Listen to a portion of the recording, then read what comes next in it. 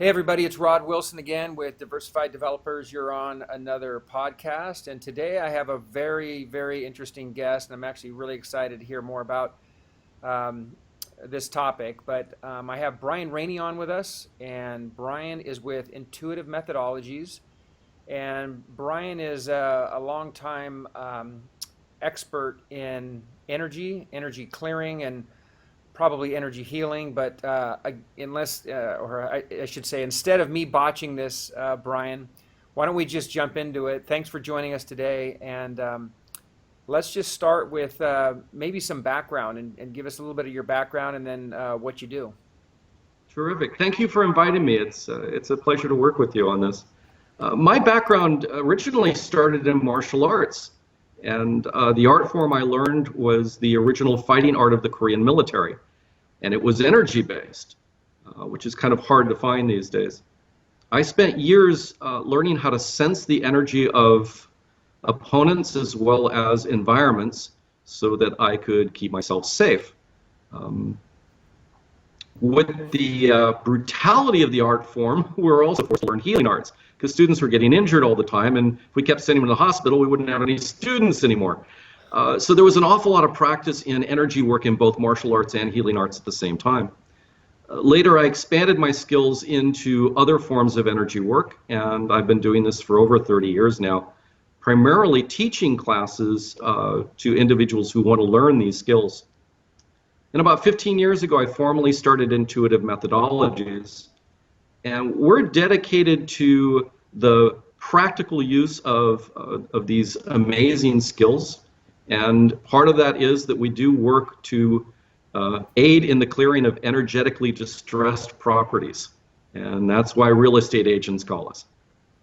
So I'm interested in the Korean fighting. So you said it's the brutality of the sport, but you were on the energy side. Tell us more about that. That's pretty interesting. So this particular art form was called Hanmu Kwan, and it, unlike most of the martial arts out there that are taught as a sport, this was strictly combat. This is a fighting art. And the instructor I had just blew me away. I'd already taken years of judo and aikido. I met this man, and it was completely different. When he moved, the walls shook. Wow. And I actually tried to videotape him once, and the camera kept glitching because when he put a lot of power into something, the electronics couldn't handle it. Wow, that's interesting. And yeah, just a fascinating guy. But he showed us how to do things with energy, with the energy side, much more powerful than the physical body. And I'm fairly small in stature, and teaching Silicon Valley, where it's engineers and scientists, pretty easy because I'll walk in after they've trained for a while and say, let me tell you about energy. And they'll go, I'm not sure I understand that. So I'll take the largest of the group and throw them across the room. And they come back and go, okay, how'd you do that? I'm going, great, let's talk about energy. a pretty killer demonstration. Yeah, it really works. Luckily, yeah. They've all signed the waiver, so it's okay. No, this is one of the things where I know and believe in, and it seems a little airy-fairy sometimes, and you don't a lot of times don't recognize it's there, and that's probably what you're going to talk about. But when you do, and you know how to move it and channel it, it becomes pretty powerful. Yes, it is. It is very, very powerful, and I was fortunate enough to learn both sides of it, the martial form and the healing arts, and it's a great combination. Okay, well, let's jump into it for especially the real estate agents and real estate professionals that are watching. Tell us what you do specifically for real estate. I'm usually brought in on worst case scenarios, properties that appear attractive, but they just don't move. And the first thing I do is a complete assessment. This includes the structure, the lot, the neighborhood, everything. And from this, you now have an effective plan. Once the plan is in place, I usually work through it in 3 stages. The first thing I do is wall off the neighbors. So if you've got neighbors that are very invasive with their energy and they keep bleeding it in, we've got to stop that first. Otherwise, cleaning it really doesn't make sense. After they're walled off, I do a complete cleansing, and I leave the property neutral, so there's no energy at all. no distractions, flawlessly clean. And then we have a third option. If you want me to, I can go back in and actually stage the property, kind of like how you stage with furniture. I can energize each room to give a very positive experience. And that way, when they walk in and they're walking through the rooms, they know what it could be like. And it really does help. So you're saying some things, and I think I know where you're going, but there's a lot of people are going to be like, what the heck is he talking about? So when you say, walling off the neighbors, when you say staging, you're not talking about physical furniture in the house necessarily, right? No. And well, let's talk a little bit about how people experience energy. People are very sensitive to energy, and more than they want to realize. You've experienced yourself. I'm sure you've walked into a meeting, and before you hear a word, you're going, "Oh, this is not going well." You can feel it when you walk in the room. That's right. And in fact, many times you can feel it long after the meeting's over and everybody's left. You walk into that room and go, "Yeah, that did not go well." And it's left there. Now, that's a brief period of a small group of people who were frustrated, and it leaves an impression. Now, imagine a residence where there's been years of violence or severe depression or anger, and it has saturated the walls. You brush up against it, and all of a sudden you're feeling uncomfortable or sad. You don't even know why. And it's still there. And So some is people it, will walk in. I'm sorry. I'm just curious what you think so I think there's situations where you walk into a house and you don't get a good feeling, and is it potentially the layout? There's the energy part of it, like if there was a death in the house, or there was a very, mean person or whatever. There was a lot of, stress or de-stress or whatever in the house. But there's also, how it's physically staged, how the layout is. So maybe distinguish between the two. So sometimes I'll walk into an environment and I'll notice something energetically. There's been violence or a suicide or a murder or what have you. And it's still there if it hasn't been cleansed out, and it's pretty harsh. And people sometimes will even just walk up to the front door, they start in, they're going, this isn't the house for me, and they leave. Right. Sometimes it's also the way the house has been laid out. Sometimes it's uncomfortable to move through the house. You've felt it when people violate your space, if they stand too close to you in a grocery store, and you're going, that's uncomfortable for me, and you adjust. The structure of a house can do the same thing. You're walking through it going, wow, I keep having to move this way or that way to feel energetically okay. And again, most people don't realize how it's affecting them, but it does affect them. Sometimes it's a safety issue. I was brought in a house that was doing it wasn't really showing that well, and they couldn't figure out why, because it was a nice home. And it was one security door mounted to the back of the house that people would walk through and get the feeling, oh, this neighborhood isn't safe. And just from that, they'd walk away from the house. We tossed the door, house sold. No, it can be that simple. Well, and I haven't mentioned, but you helped us out on one where it was interesting how we staged the bedrooms. Well, first of all, how we staged the right and the left, what was it? The girls on the right, boys on the left. And so we changed that up. And then the girls' bedroom having an open window with nothing to quote unquote protect them. And so just putting in I think we put in a rose bush or something, but just putting in, a plant in that corner of the house, to where when someone comes in and sees through the window that there's this level of protection. And I actually think in those terms. I just didn't know why I was thinking that way, as far as, blocking certain visuals and stuff like that.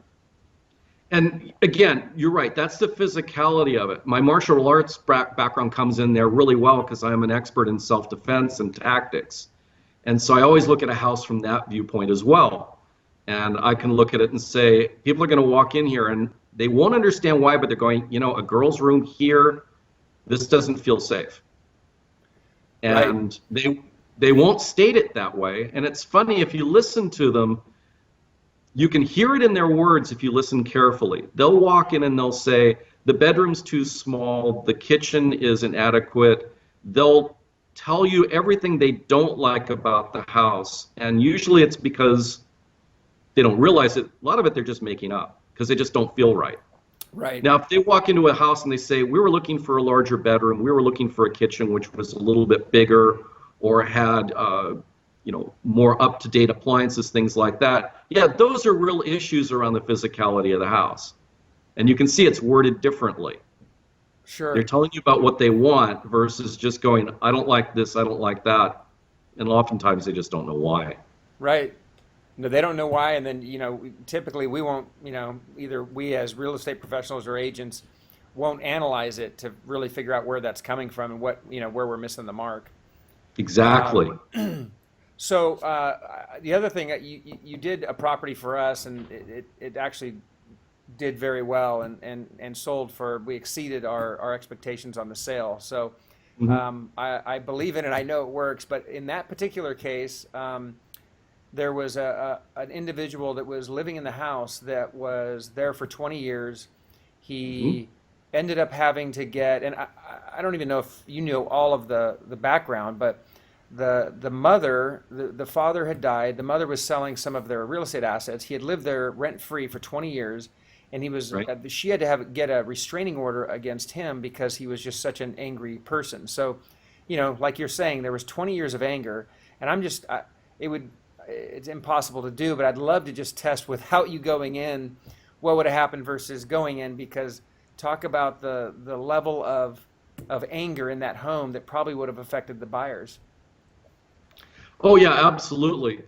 In fact, the home I own now, I bought 30 years ago, and it would not sell. It's a beautiful home in the middle of Silicon Valley, and it's all glass. It's an Eichler style home, and it's gorgeous.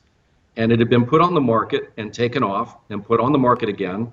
They got a lot of people that came and saw it, but nobody wanted this house. And I walked in and you would just cringe. It was a 30-year violently angry marriage. Well, the house was completely... As you're talking, I'm thinking, divorce sales, I mean, it's kind of a no-brainer. Obviously deaths and whatever, but even divorce sales, because there's you never know what's going on behind closed doors, right? And you don't really have to disclose, I don't think, even a divorce in a transaction necessarily. And there could be, a lot of, it could be behavioral, and it could be just, very unhappy people living there for many years. Yeah, I walked in and I cringed just like everybody else, and then went, "Oh, wait a minute, I can clear this." And so I made a lowball offer. They came way down. I came up a bit, and we went into escrow. And that's great. The funny thing was, since the house is completely empty, I asked them if I could have the keys up front so I could measure and plan my move. And they said, sure, take the keys. I came in and cleansed it. It took me 2 days to really clear it out. Then all of a sudden, they started getting more offers. People calling up saying, we stopped by a few weeks ago. We love that house, but we don't know why we didn't put an offer in on it, and now we're really interested. I had 6 backup offers to this house. You're kidding. Nope. That's great. Wow. Because they could feel the change at a distance. All of a sudden, whatever it was gone, and now they're going, why didn't we bid? That's amazing how that works. So, why is this so effective, do you think? My skills are a bit unique. I go way beyond just walking in and saying, well, there's something wrong with your house. I can actually see it. I can read it very well. I can tell you what it is, where it came from, and how people are going to be affected by it. There are a lot of different, methods of cleansing houses out there, and you'll come across them. And most of them are fairly light, and they'll do a great job of sparkling a house, which is, for the most part, okay. And they will actually increase the value of the experience. But it's kind of like using a feather duster, right? It sparkles the house, it gets rid of the really light stuff. I'm the bleach, If the house is really in trouble, those processes are not going to be adequate. I actually can use the power forms that I learned from martial arts, come in and shatter the energy of a house. You know, I And at am that point, it's just a matter of cleanup. the one house I was talking about. We actually had the sheriff um, have to knock on the. I tried knocking on the door because we were set up to get access. This guy, didn't own the property; he was just a renter. And anyway, I have a picture of two sheriffs, guns drawn, knocking on the door. We're coming in, Lovely. kind of thing. So I was just thinking, I got to bring you to the next house I have like this for my protection. Yeah, at least for security reasons and nothing else. Exactly. So how And is again, this? classic martial arts is I'll tell you first off whether or not we should approach the house. Right. Don't walk into a bad situation. No, that's right. That's exactly right. So But how that's is the this? uniqueness of what I do. I have a power form. I can shatter really harsh energy and get rid of it. And following that, I can also block off energy that tends to bleed in from the neighbors. And I love doing staging. It's so much fun to set up a house. It's just like people stage it with beautiful furniture. And it's great to watch the prospective buyers come in and they'll walk into the den and go, wow, I can really get clear here. I can get a lot of work done here because they have an amazing experience of clarity and focus just by walking in the room. And each Interesting. room is unique. Yeah, it's So very interesting, very cool. I don't quite understand it all, but it's very, very cool. Um, so how is this different than feng shui? So feng shui is a very useful tool so that people are very comfortable with the flow of a house. And again, it's kind of like that same situation where, when people encroach on your space and you feel a little uncomfortable. If you're walking through a home and you feel pulled off balance or you've got to maneuver, feng Right. shui takes care of all that. And it does a great job. You can gently walk through a house. People know where to congregate. They feel very comfortable there. It frees them of the distractions of a chaotic format would give them. So it's very useful. Okay. Um, and before we sign off, I wanted to ask you maybe talk through one of your. I mean, I'm sure you've seen it all as far as Oh yeah. different houses, as have we, I guess. But maybe talk through one of your more effective clearing projects.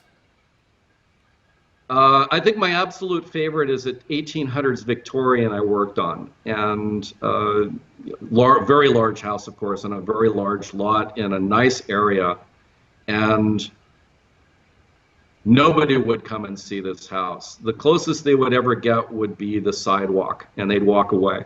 This house, for 30 years, it was a halfway house. For 25 or 30 years, it was a battered women's shelter. And Wow. for the last 40 or some odd years, it was a divorce lawyer's office. Oh my gosh. Talk You about walk piling up to on. that place and you just go, no way, and you walk. You don't even get close to it. And the real estate agent found me from a referral, and she brought me in going, okay, I have no idea what you do, but we've dropped this 400,000 and it's not moving at all, and we're stuck. And I said, okay, I can take care of this. And I gave her the assessment and I said, this is the plan. And she said, do whatever you need to do. So we showed up for a day. She worked downstairs in the back office area and I worked on the house.